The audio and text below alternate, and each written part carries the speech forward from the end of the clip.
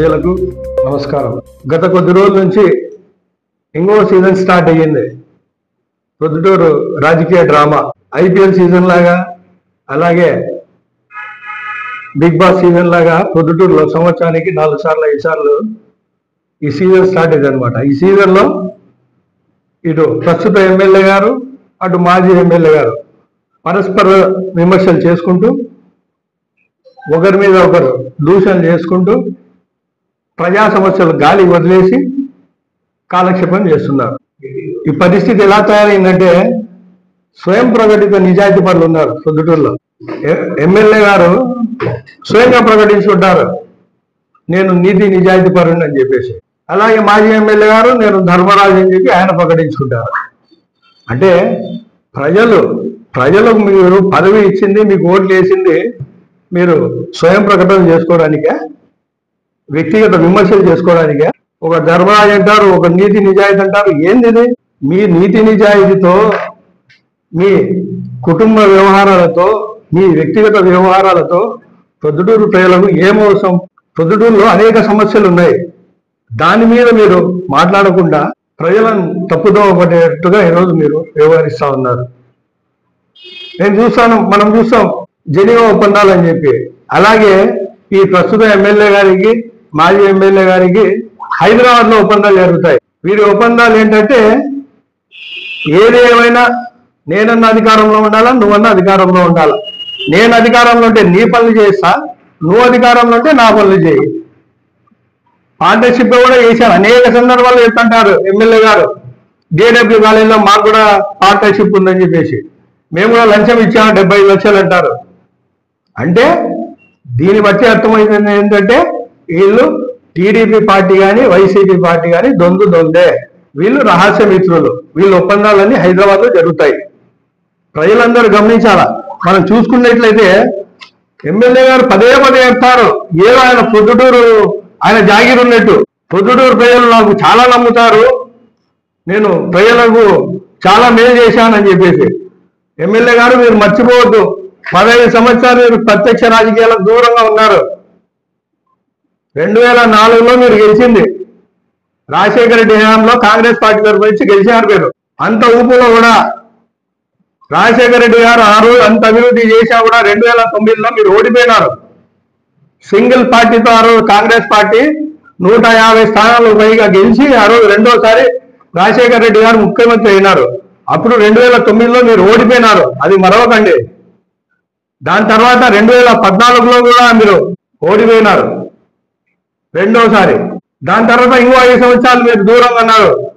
15 సంవత్సరాలు మీరు రాజకీయాలకు దూరంగా ఉన్నారు. ప్రజాసేవకు, ప్రజల ఇబ్బందులకు, ప్రజా సమస్యలకు మీరు దూరంగా ఉన్నారు.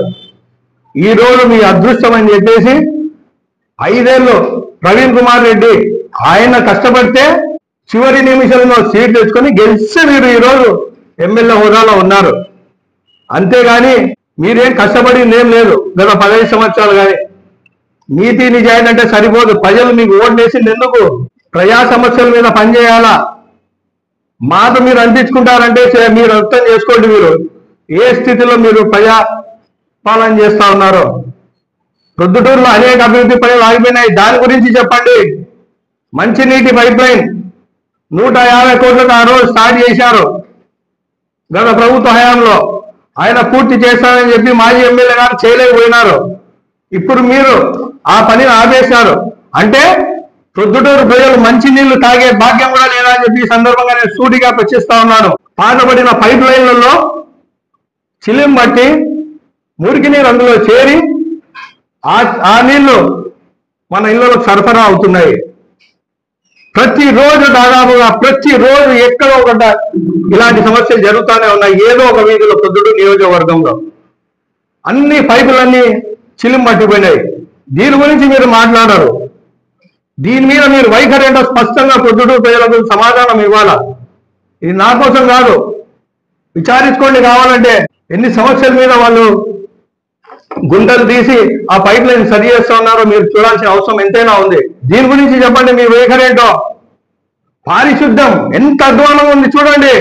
కాలంలో పూడికలు తీసేవాళ్ళు లేరు, తీస్తే ఎత్తేవాళ్ళు లేరు. డోర్ టు డోర్ కలెక్షన్ ఉండేది ఇంతకు ముందు. చెత్త ఈరోజు అది తీసేశారు. దానివల్ల ప్రజలందరూ రోడ్ల మీద వేస్తా ఉన్నారు. ఎక్కడ వేయాలా? ప్రజలకు తప్పని పరిస్థితి ఇది. ఎక్కడ లేదు రాష్ట్రంలో. డోర్ టు డోర్ కలెక్షన్ ఉంది. కేవలం పొద్దుటూరులోనే డోర్ టు డోర్ కలెక్షన్ తీసేస్తారు. చెత్త ఎందుకు? సమాధానం ఇవ్వండి. కూరగాయల మార్కెట్ దాదాపుగా 22 కోట్లు నిధులు విడుదలైనాయి ఇంతవరకు గత ప్రభుత్వంలో. ఈ రోజు ఎందుకు మార్కెట్ ఆపేశారు? ప్రత్యక్షంగా పరోక్షంగా వేలాది కుటుంబాలు దీని మీద ఆధారపడి ఉన్నాయి. గతంలో వచ్చిన జీవో ఏంటి?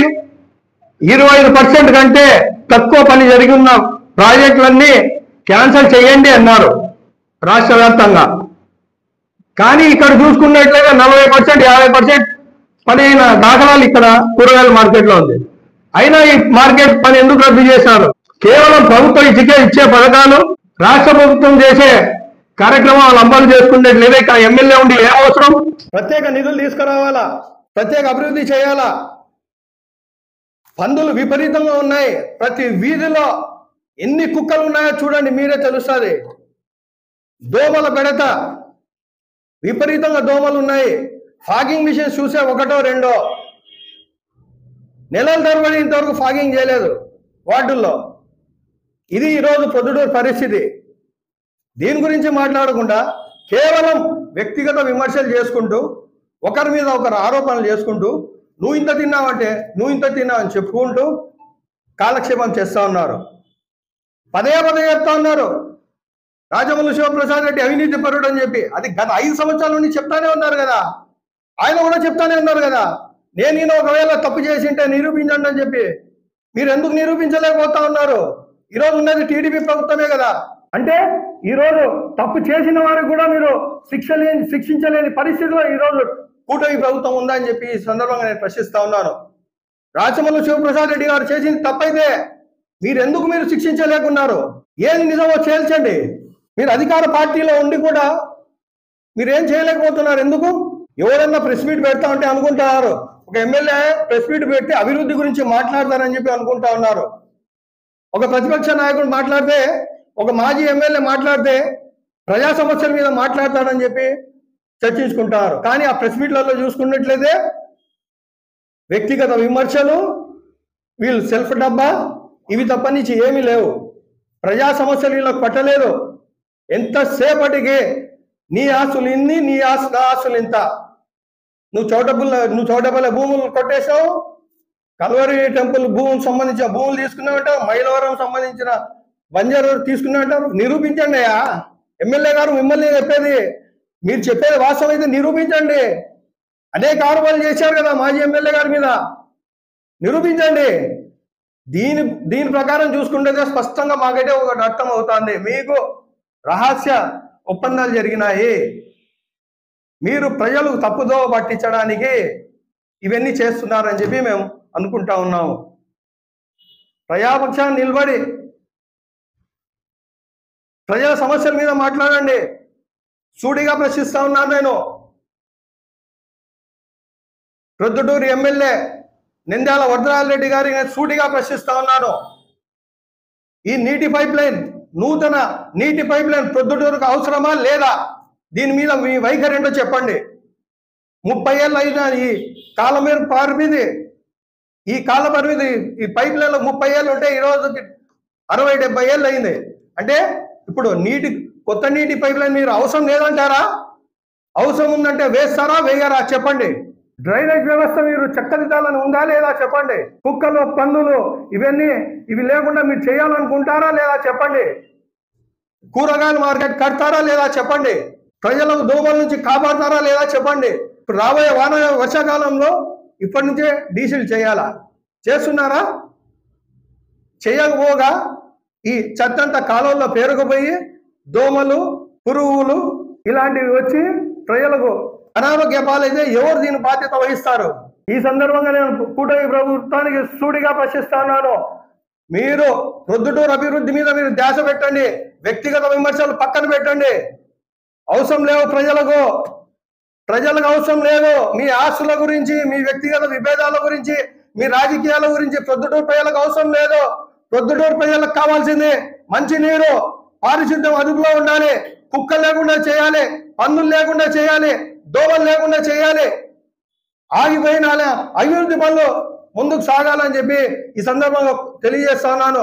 అలాగే మంచినీటి పైప్ లైన్ కానీ, పారిశుద్ధ్యానికి కానీ, ఆర్టీసీ బస్ స్టాండ్ కాంప్లెక్స్ అభివృద్ధి పనులు కానీ, వైఎస్ఆర్ ఇంజనీరింగ్ కాలేజ్ అభివృద్ధి పనులు కానీ, ఆర్ట్స్ కాలేజ్ అభివృద్ధి పనులు కానీ, రామేశ్వరం బ్రిడ్జ్ కానీ, అలాగే అనేక కార్యక్రమాలు పెండింగ్ లో ఉన్న కార్యక్రమాలని, గవర్నమెంట్ హాస్పిటల్కు సంబంధించిన అభివృద్ధి కార్యక్రమాలు కానీ, ఇవన్నీ మీరు పూర్తి చేయాల్సిందే.